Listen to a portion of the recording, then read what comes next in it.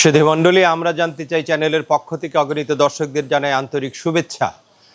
সুস্থ মানব সম্পদের পূর্ব শর্ত হচ্ছে সুস্থ পশু সম্পদ। এখন পশু বা প্রাণী সম্পদ যদি সুস্থ না হয়, মানব দেহ কখনোই সুস্থ থাকার কথা নয়। বিধায় এই জনগুরুত্বপূর্ণ বিষয়টি নিয়ে আজ আপনাদের সামনে আমরা আলাপ করব। বিশেষভাবে ক্যাটেল, গরু এবং মহিষ থেকে কিভাবে ভালো দুধ সংগ্রহ করা যায় সেই উদ্দেশ্যে আমরা একটি গরুর খামারে এসেছি। আমাদের সাথে দুজন বিশেষজ্ঞ প্রাণী সম্পদ চিকিৎসক আছেন। ডক্টর মিজানুর রহমান, তিনি দীর্ঘদিন প্রাণী সম্পদের সাথে যুক্ত আছেন। সেই সাথে আছে ডক্টর আরিফুর রাব্বি, উনিও প্রাণী সম্পদ বিশেষজ্ঞ। আমার প্রথমে ডক্টর আরিফুর রাব্বির কাছে জানতে চাওয়া সেটি হচ্ছে খামার ব্যবস্থাপনায় বৈজ্ঞানিক পদ্ধতি এবং অধিক হারে কীভাবে দুগ্ধ উৎপাদন করা যায়। তো বাংলাদেশে আমাদের স্পেস অনেক কম, জায়গা অনেক কম। বাইরের যেরকম অনেক স্পেস আছে, অনেক জায়গা আছে, তারা চারণভূমিতে গরু ছেড়ে দেয়, কিন্তু বাংলাদেশে এই ধরনের চারণভূমি নাই। বাংলাদেশে কনফাইন্ড এরিয়া, স্পেস কম, এই জন্য বাংলাদেশে অল্প জায়গার মধ্যে আমার খামার করতে হবে। অল্প জায়গার মধ্যে খামার করতে গেলে আমার এখানে বৈজ্ঞানিক পদ্ধতি ছাড়া কোনো উপায় নাই। এখানে অল্প স্পেস, অল্প জায়গায় আপনাকে খামার করতে হবে এবং এখান থেকে প্রফিট নিয়ে আসতে হবে। সেই জন্য আমাদের যেটা করতে হবে, প্রথমেই যদি কমার্শিয়াল খামার করতে চাই তাহলে আমাদেরকে হাই ইল্ডিং একটা ভালো জাত নির্বাচন করতে হবে। খামার করার পূর্ব শর্ত হচ্ছে ভালো জাতের গরু নির্বাচন করা। তারও আগে আপনার নির্বাচন করতে খেয়াল রাখতে হবে যে আপনি যদি মিল্কিং খামার যখন করবেন, দুধের খামার করবেন, দুধ বিক্রির জায়গা আছে কি না, মিল্কিংয়ের ফ্যাসিলিটি, মিল্ক সেল করার ফ্যাসিলিটি আছে কি না। যদি থাকে তখন আমি ওই জায়গাটায় আমি খামার স্থাপন করব। এখানে হাই ইল্ডিং অ্যানিম্যাল লাগবে, যেটা সুস্থ জাত, ভালো একটা জাত নির্বাচন করতে হবে। তারপরে খামার আপনার কত সুন্দরভাবে খামারের ব্যবস্থা করতে পারেন। খামারটা খুব সুন্দর জায়গায় হতে হবে, আলো বাতাসের ব্যবস্থা থাকতে হবে, খোলামেলা হতে হবে, ড্রেনেজ সিস্টেম থাকতে হবে, বায়োসিকিউরিটি থাকতে হবে। তারপরে পর্যাপ্ত খাবারের ব্যবস্থা থাকতে হবে। এই জায়গায় পর্যাপ্ত খাবারের ব্যবস্থা আছে কিনা এটা খেয়াল করতে হবে। সব কিছু মিলে একজন বিশেষজ্ঞের পরামর্শ নিয়ে সুন্দরভাবে খামার স্থাপন করতে হবে। তা না হলে কিন্তু কখনোই খামারি লাভবান হতে পারবে না। না, ধন্যবাদ। আসলে এই জায়গায় একটা প্রশ্ন থেকে যায়। অনেকেই বলে, খামার দেওয়ার পর অনেকেই বলে যে আমি তো খামার দিয়েছি কিন্তু লস হচ্ছে। লসটা কেন হচ্ছে, এটা কিভাবে ব্যাখ্যা করবে একজন ডক্টর হিসেবে? আপনার ওপিনিয়ন কি থাকবে সাধারণ খামারিদের জন্য? খুব সুন্দর প্রশ্ন করেছেন। আসলে এটা কমন প্রশ্ন। যারা ছোট ছোট খামার করতেছে তারা আসলে বৈজ্ঞানিক পদ্ধতিতে করতেছে না। তাদের খাবার ম্যানেজমেন্ট ঠিক নাই, ঠিকভাবে খাবার দিচ্ছে না, চিকিৎসা ঠিকভাবে করতেছে না। এই জন্যই আসলে তারা সঠিকভাবে খামারটা না করার জন্য তারা লাভবান হচ্ছে না। কিন্তু যদি কেউ সঠিকভাবে খাবার, স্বাস্থ্য পরিচর্যা সব কিছু যদি ঠিকভাবে মেনটেন করে, বুঝে যদি খামার করে, অবশ্যই খামারি লাভবান হবে। খামারে ছোট ছোট কিছু ভুল আছে, যে ভুলগুলোর জন্য খামারি কখনোই লাভবান হবে না। খাবারের জন্য যেমন ধরেন, খাবার যখন দিচ্ছে কিছু কনসেন্ট্রেট খাবার আছে, আবার কিছু হচ্ছে ঘাস আছে। কাঁচা ঘাস গরুকে অবশ্যই দিতে হবে। আচ্ছা, কাঁচা ঘাস অবশ্যই দিতে হবে। পর্যাপ্ত পরিমাণ পানি, বিশুদ্ধ পানির ব্যবস্থা করতে হবে। একটা জিনিস মনে রাখবেন, জাস্ট শুধু যদি বিশুদ্ধ পানি দেয় একটা গরুকে, তার মিল্ক প্রোডাকশন বাড়বে। সব কিছু ঠিক আছে, শুধু আগে বিশুদ্ধ পানি ছিল না, এখন ঠান্ডা বিশুদ্ধ পানি দিচ্ছে। পানিটা খুবই গুরুত্বপূর্ণ।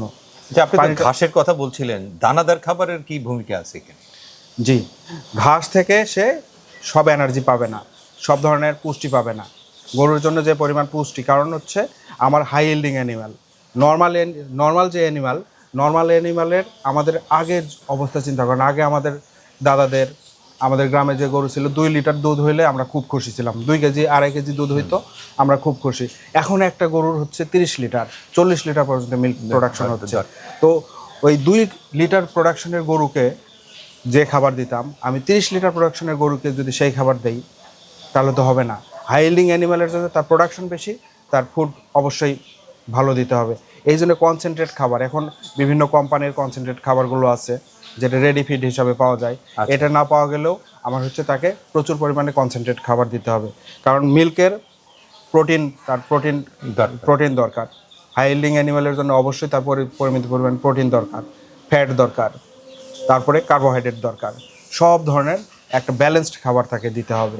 খাবার না দিলে আমরা আগে থেকে জানি যে গরুর মিল্ক প্রোডাকশন মানে হচ্ছে তাকে যত সুন্দরভাবে খাইতে দিবেন তার প্রোডাকশন বাড়বে। না, আপনি কি বলতে চাচ্ছেন যে পরিমাণের চেয়ে ফুডের কোয়ালিটি অনেক বেশি দরকার, দুইটাই দরকার, ব্যালেন্স। অবশ্যই তিনটা জিনিসই দরকার। আপনি যেটা বললেন, তাকে অবশ্যই ব্যালেন্সড খাবার দিতে হবে। হ্যাঁ, ব্যালেন্সড খাবার না হলে কখনোই হবে না। পরিমাণ মতো খাবার দিতে হবে। মিল্ক প্রোডাকশনের একটা থামস রুল আছে যে কতটুকু মিল্ক প্রোডাকশনের জন্য কতটুকু দিতে হবে, এটা সবার কাছেই আছে। মিল্ক পরিমিত পরিমাণ দিতে হবে এবং কোয়ালিটি ভালো দিতে হবে। ভালো কোয়ালিটির খাবার অবশ্যই দিতে হবে। আমরা আর একটা জিনিস খেয়াল করি যে গরুকে কৃমিনাশক খাওয়াতে হবে। আচ্ছা, কৃমি যদি থাকে ওই গরু থেকে কখনোই ভালো প্রোডাকশন আসবে না। তাহলে কৃমিনাশক খাওয়াই নিতে হবে একদম নিয়মিত, নিয়ম করে। অনেকে মনে করে যে খামারে আছে আমার গরু, খামারে কৃমি আসবে কোত্থেকে, কিন্তু না। খামারের গরু হোক আর বাইরের হোক, সব গরুকে আচ্ছা, একটা নিয়মিত গরু কৃমিনাশক খাওয়াতে হবে। কতদিন পর পর কৃমির ওষুধ খাওয়ানো উচিত? সাধারণত খামারে 3 থেকে 4 মাস পর পর আমরা কৃমিনাশক খাওয়াতে বলি। এটা কি বোঝা যায় কিভাবে কৃমি হলো? হ্যাঁ, কিভাবে যদি একটু বলতে। গরুতে বাংলাদেশে কমন যে সমস্যাটা হচ্ছে লিভার ফ্লু, কলিজা কৃমি। কলিজা কৃমিটা বড় গরুতে সমস্যা। কলিজা কৃমি বোঝার উপায় হচ্ছে গরু শুকায় যাবে। প্রথমত গরু শুকায় যাবে, গরুর প্রোডাকশন ঠিক থাকবে না। গরু যে পায়খানা করবে, পায়খানাতে দুর্গন্ধ হবে। এটা দেখে খামারি কিন্তু খুব সহজে বুঝতে পারে। খামার পায়খানার সাথে একটা দুর্গন্ধ আসবে। পায়খানা যখন থাকবে, পায়খানার যে সূর্যের আলো পড়লে এটা চকচক করতে থাকবে। এটা দেখে খুব সহজেই বোঝা যায় প্রাথমিক অবস্থায়। তারপরে যদি লেটার স্টেজে অনেক পরে গিয়ে দেখে যায় যে অনেক সময় বোতল জ্বর হয়, আদার্স প্রবলেম হয়, কিন্তু এই পায়খানাটা দেখে খুব সহজেই বুঝতে পারবে। আর তাও যদি বুঝতে না পারে তখন তো পায়খানা পরীক্ষা করার পদ্ধতি আছে, এটা বাংলাদেশের অনেক জায়গায় আছে। পায়খানাটা পরীক্ষা করে সে কৃমিনাশক খাওয়াতে পারবে। ধন্যবাদ। আমি ডাক্তার মিজানুর রহমানের কাছে দুধ সম্পর্কে জানতে চাইছিলাম যে অধিক হারে দুধ উৎপাদনে খাদ্য ব্যবস্থাপনা জরুরি না ঔষধ ব্যবস্থাপনা জরুরি? একজন ডক্টর হিসেবে আপনার কি মূল্যায়ন? আসলে একটা খামার ব্যবস্থাপনার জন্য, অর্থাৎ গবাদি পশুর জন্য যেমন তার নিউট্রিশনের চাহিদা মেটানোর জন্য তার খাবার দরকার, ঠিক তেমনি এই নিউট্রিশন ব্যবস্থাপনার জন্য আবার ওষুধেরও দরকার আছে। আমরা যদি দেখি একটা গবাদি প্রাণীর দুধ উৎপাদনের জন্য তার কতটুকু খাবার দরকার, সেটা কিন্তু প্রপার যদি ম্যানেজমেন্ট না হয় তাহলে কিন্তু আমি আমার কাঙ্ক্ষিত দুধ কিন্তু পাবো না। আমি খাবার যদি বেশি দিই তাহলেও আমার সমস্যা হবে, খাবার কম দিলে তো সমস্যা হবে। সেক্ষেত্রে থেকে এটা একটা পরিপূর্ণ আমার হিসাবটা জানতে হবে। আমরা যদি দেখি একটা নর্মাল, আমরা যদি হাই ইল্ডিং, আমরা যদি এই খামারের গরুগুলাতে দেখি, আমরা একটা এই গরুর জন্য তার বডি মেনটেনেন্সের জন্য একটা খাবার লাগে। তো আমরা ধরে নিতে পারি এরকম একটা গরুর বডি মেনটেনেন্সের জন্য তার 3 কেজি ড্রাই ম্যাটার খাবার লাগবে। এরপরে যে দুধ আমি 20 লিটার দুধ পেতে চাই, বা এই ভ্যারাইটিটার আমার আমি জানি যে আমার সেকেন্ড কামিংয়ে আমি 20 লিটার দুধ পাবো, তাহলে এই 20 লিটার দুধ পাওয়ার জন্য আমার কত কেজি খাবার লাগবে সেটা কিন্তু আমার জানতে হবে। তো সাধারণত আমরা দেখি যে 1 কেজি মানে 1.5 থেকে 1.5-2 লিটার দুধের জন্য আমাদের 1 কেজি ড্রাই ম্যাটার খাবার লাগে। তো এই হিসাবে যদি আমরা দেখি যে এই গরুটার জন্য আসলে কত কেজি খাবার দরকার, এবং এই খাবারটা আদর্শ খাবার হইতে হবে। শুধু খাবার হইলে হবে না, এই খাবারের মধ্যে যে মানে দুধ উৎপাদনের জন্য যে নিউট্রিশনগুলো থাকার দরকার, প্রোটিন থাকা দরকার, কার্বোহাইড্রেট থাকা দরকার, ভিটামিন থাকা দরকার, মিনারেল থাকা দরকার।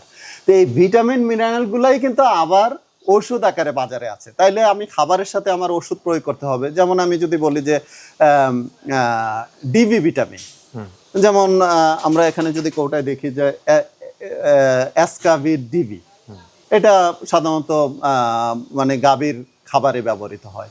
আমরা যদি দেখি এখানে দেখতে পাই যে মিল্কি ভ্যাট, এটার মধ্যে কিন্তু মিনারেল আছে, অ্যামাইনো অ্যাসিড আছে, পাশাপাশি প্রোবায়োটিক্স আছে, যেগুলো খাবারের সাথে মিশিয়ে দিতে পারি। তো এরকম নিউট্রিয়েন্টগুলো যখন মিশানো হয় তখন এটা আদর্শ খাবার হবে, এবং এটার সাথে আমরা যখন ওই নির্দিষ্ট পরিমাণ খাবার দিব তাহলে কিন্তু সে কাঙ্ক্ষিত দুধ উৎপাদনটা আমি পাবো। এছাড়াও আমরা এই টোটাল ম্যানেজমেন্টের উপর নির্ভর করে এই গাভীটা থেকে আমি কি চাই, শুধু দুধ পাইলে কিন্তু হবে না, আমার কিন্তু প্রতি বছর একটা বাছুর পাইতে হবে। যে আগে আমি শুনতেছিলাম যে খামারি লাভজনক কিভাবে হবে, এখন এই গাভীটা আমি 20 লিটার দুধ পাচ্ছি, কিন্তু সে পরবর্তী বাচ্চা দিল হচ্ছে 3 বছর পরে, তাইলে কিন্তু 2 বছর কিন্তু সে আসলে দুধ দিবে না। হ্যাঁ, এই 2 বছর আমি শুধু খাওয়াইয়ে যাবো, সে দুধ দিবে না। তাইলে আমি প্রতি বছর একটা বাছুর নেওয়ার জন্য কিন্তু আবার মেডিসিনের বিষয় আছে, যে আমি এই খাবারের সাথে আমি কিভাবে আবার ওই ওষুধগুলা অর্থাৎ নিউট্রিয়েন্টগুলা দিব, যাতে সে প্রতি বছর মানে একটা আপনি তো বাছুর আসে। ঔষধের কথা বলছেন না, আপনি বলছেন হলো আপনার ফুড অ্যাডিটিভের কথা। ফুড ভিটামিনগুলো ফুড অ্যাডিটিভ। ফুড অ্যাডিটিভ এগুলো দিলে মানে আদর্শ খাবার তৈরিতেই এই ওষুধগুলো দুধ উৎপাদন বাড়বে। দুধ উৎপাদন। তাই এখন এখানে একটা প্রশ্ন আছে, সেই প্রশ্নটা হলো এই যে দুধ উৎপাদন আমি তো বাড়ালাম, এখন এটার গুণগত মান নিয়ে প্রশ্ন। হ্যাঁ, যে গুণগত অবশ্যই মান কতটুকু? অবশ্যই আমি শুধু দুধ পেলে হবে না। আমরা যদি দেখি বাজারে যদি দুধ দেখি, আমরা দেখি যে আমরা এখন ইউটিউবেও দেখতে পাই যে একজনের দুধ বলতেছে 50 টাকা, আরেকজনের দুধ বলতেছে 70 টাকা। তাইলে এই কারণটা কি? অর্থাৎ আমরা সাধারণভাবে যদি দেখি যে দুধের মধ্যে টোটাল সলিড থাকে হচ্ছে 13%-এর মতো, 13 থেকে 14%-এর মতো। তো এটার মধ্যে কি আছে? কার্বোহাইড্রেট আছে, প্রোটিন আছে, ফ্যাট আছে, ভিটামিন আছে, মিনারেল আছে, ক্যালসিয়াম আছে। তো এটা আদর্শ দুধে কতটুকু থাকে? ঠিক আছে, আমি এর চেয়ে নিচে তো রাখতে পারবো না। তো সেই ক্ষেত্রে সেটা পাওয়ার জন্য কিন্তু আমাকে আদর্শ খাবার খাওয়াইতে হবে। সেটা পাওয়ার জন্য কিন্তু আদর্শ, আমি যদি ভিটামিন মিনারেল তাকে না দিই, আমি যদি ক্যালসিয়াম না প্রয়োগ করি, আপনি দেখবেন যে এখন বাজারে প্রচলিতভাবে অনেক ধরনের ক্যালসিয়াম খাওয়ানো হয়। অর্থাৎ দুধের মধ্যে ক্যালসিয়াম থাকে, শুধু সেই ক্যালসিয়াম যদি গাভীকে আমি বাইরে থেকে সাপ্লাই না দিই, তাহলে তো আমি দুধের মধ্যে ক্যালসিয়াম পাবো না, এবং দুধ উৎপাদনও কমে যাবে, আবার দুধের যে কোয়ালিটি সেটাও থাকবে না। দেখবেন বাজারে প্রচলিত আছে, দেখবেন যে সবচেয়ে বেশি ব্যবহৃত হয় ওরাকেল ভেট, বাজারে ব্যবহৃত হয়। এই ধরনের ওষুধগুলো খাওয়াইলে আসলে দুধ উৎপাদন বাড়ে। আচ্ছা, এই যে আপনার যে কথাটা বললেন যে দুধের উৎপাদন বাড়ে, গুণগত মানসম্পন্ন দুধ আমরা পাই, এই দুধের ব্যবহারটা যদি বলতেন, যে এটা তো বেবি ফুড হিসাবে স্বীকৃত, আর কাদের জন্য এই দুধটা অ্যাকচুয়ালি মানে স্বীকৃত, আপনি যদি ডক্টর হিসেবে সাজেস্ট করতেন। এটা চমৎকার। আসলে আমরা আমাদের সকল বয়সী মানুষের জন্যই কিন্তু দুধ অত্যন্ত একটা উপকারী একটা খাবার। আমরা দুধের মধ্যে এমন কোনো নিউট্রিয়েন্ট নাই যেটা আমাদের শরীরের প্রয়োজন, এটা দুধের মধ্যে নাই। সকল ধরনের নিউট্রিয়েন্ট আছে। আমরা যদি এটার মধ্যে আদর্শ, আমরা যদি বলি ফ্যাট বলি, আমরা যদি গুড ফ্যাট যদি বলি, সেটা কিন্তু দুধের মধ্যে আছে। আমরা দেখি যে দুধের মধ্যে আমরা যদি পার্সেন্টেজ আকারে বলি, এখানে একেবারে যদি আমরা স্ট্যান্ডার্ড বলি 3.5, কিন্তু সাধারণত এই ফার্মের দুধে যদি আমরা বলি, আমরা দেখবো যে এখানে 4.2, 4.3 বা অনেক ক্ষেত্রে 5% আমি ফ্যাট পাইতে পারি। আবার যদি প্রোটিন যদি ধরি, এখানে 4% প্রোটিন আমরা পাবো। আবার ভিটামিন মিনারেল তো আছে, আমি ক্যালসিয়ামের কথা বলতেছিলাম। তো এটা যেমন শিশুর জন্য তার ডেভেলপমেন্টের জন্য দরকার, আমরা জানি প্রোটিন খুবই দরকার তার ব্রেইন ডেভেলপমেন্টের জন্য, তার গ্রোথের জন্য। আবার যদি আমি দেখি যে বয়স্ক আমাদের মতো লোক, আমি প্রায় 50-র কাছাকাছি বয়স, এই বয়সের মানুষদের আসলে দুধ যদি তার জন্য সে হজম করতে পারে, তাহলে কিন্তু অবশ্যই ওনার জন্য দুধ খাওয়া দরকার। কেন? কারণ এই বয়সে সবচেয়ে বেশি দরকার হচ্ছে ডাইজেস্টেবল ক্যালসিয়াম। এখন ক্যালসিয়াম সে কোথা থেকে পাবে? দুধ কিন্তু একটা আদর্শ ক্যালসিয়াম সোর্স। আমরা যদি দেখি যে আমি 1 গ্লাস দুধের মধ্যে কিন্তু আমি 300 মিলিগ্রামের উপরে কিন্তু আমি ক্যালসিয়াম পেতে পারি। তাইলে একটা মানুষের এখান থেকে একটা মানুষের কতটুকু ক্যালসিয়াম লাগবে ডেইলি? সেই রিকোয়ারমেন্টসের প্রায় 40-50% কাভার হয়ে যাবে মাত্র 1 গ্লাস দুধে। তো সুতরাং আমি বলবো যে আমাদের সকলেরই একটা কোয়ালিটি সম্পন্ন দুধ যদি আমরা খাই, তাহলে ক্যালসিয়ামের চাহিদাটা পূরণ হবে, পাশাপাশি তো প্রোটিন ফ্যাটের ব্যালেন্সটা নিয়ন্ত্রণ হবে। না, ধন্যবাদ। আমাদের সাথে দুজন অত্যন্ত বিজ্ঞ প্রাণী সম্পদ বিশেষজ্ঞ ছিল, ডক্টর রাব্বি, ডক্টর মিজান। তারা অত্যন্ত সুন্দরভাবে আপনাদের এই বিষয়গুলো তুলে ধরেছেন, এবং তারা দীর্ঘদিন প্রাণী সম্পদ সুস্থতার পিছনে তারা কাজ করছেন।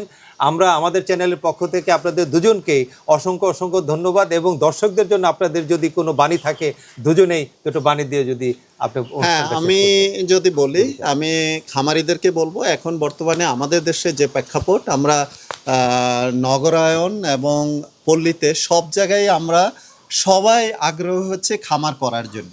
আমি যেটা বলবো যে সবাই অবশ্যই সচেতনভাবে, আমি জেনে শুনে বৈজ্ঞানিক উপায়ে যাতে আমি খামার করি, সেই ক্ষেত্রে আমি খামারি হিসাবে আমি লাভবান হব। পাশাপাশি এই থেকে মানুষ যে পুষ্টি পাওয়ার যে বিষয়টা, সেটাও পরিপূর্ণ হবে। আর নয়তো পরিপূর্ণ যে বেনিফিট, এটা আমরা অনেক সময় দেখি কৌতূহলী অনেক খামারি আসে খামার করার জন্য, সে পর্যাপ্ত জ্ঞান না থাকার কারণে সে খুব তাড়াতাড়ি হারিয়ে যায়, যেটা আমাদের একজন প্রাণী বিশেষজ্ঞ হিসাবে আমায় কোনোভাবে এটা কাম্য নয়। আমি আশা করব খামারিরাও সচেতন হবে, জেনে শুনে খামার করবে, যার ফলে আমাদের সাধারণ মানুষে এই থেকে উপকার ভোগী হবে। ধন্যবাদ। বাংলাদেশে প্রচুর খামার হচ্ছে এখন ডেইরি। আমরা জানি যে কয়েক বছর আগেও আমাদের এই কোরবানির সময় প্রচুর গরু আসতো ইন্ডিয়া থেকে। আমরা ইন্ডিয়ার উপর ডিপেন্ডেন্ট ছিলাম, ইন্ডিয়ান গরুর উপর।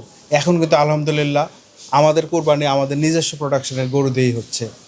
তো বাংলাদেশের এই ক্যাটেল সেক্টরে, অ্যানিম্যাল সেক্টরে একটা বিশাল বিপ্লব হয়ে গেছে কিন্তু এই লাস্ট কয়েক বছরে আমাদের চোখের সামনে। এখন আপনি যদি দেখেন বাজারে গরুর মাংসের দাম কত, প্রায় 800 টাকা কেজি। 800 টাকা কেজি, তবুও গরুর মাংস মানুষ কিনতেছে এবং এটা সম্পূর্ণ নিজস্ব প্রোডাকশন, আমাদের নিজস্ব গরু। তো হিউজ স্কোপ আছে বাংলাদেশে, প্রচুর মানুষ, এবং প্রতিটা মানুষ এক নাম্বার মাংস হচ্ছে তার প্রিয় মাংস হচ্ছে গরুর মাংস। প্রতিটা মানুষ গরুর মাংস খায়। তো বাংলাদেশে হিউজ অপরচুনিটি আছে এই ডেইরি ইন্ডাস্ট্রির, ক্যাটেল ইন্ডাস্ট্রির। তো এখানে অনেক খামারি আসতেছে প্রতি বছর, তারা কাজ করতে, খামার ডেভেলপ করতেছে।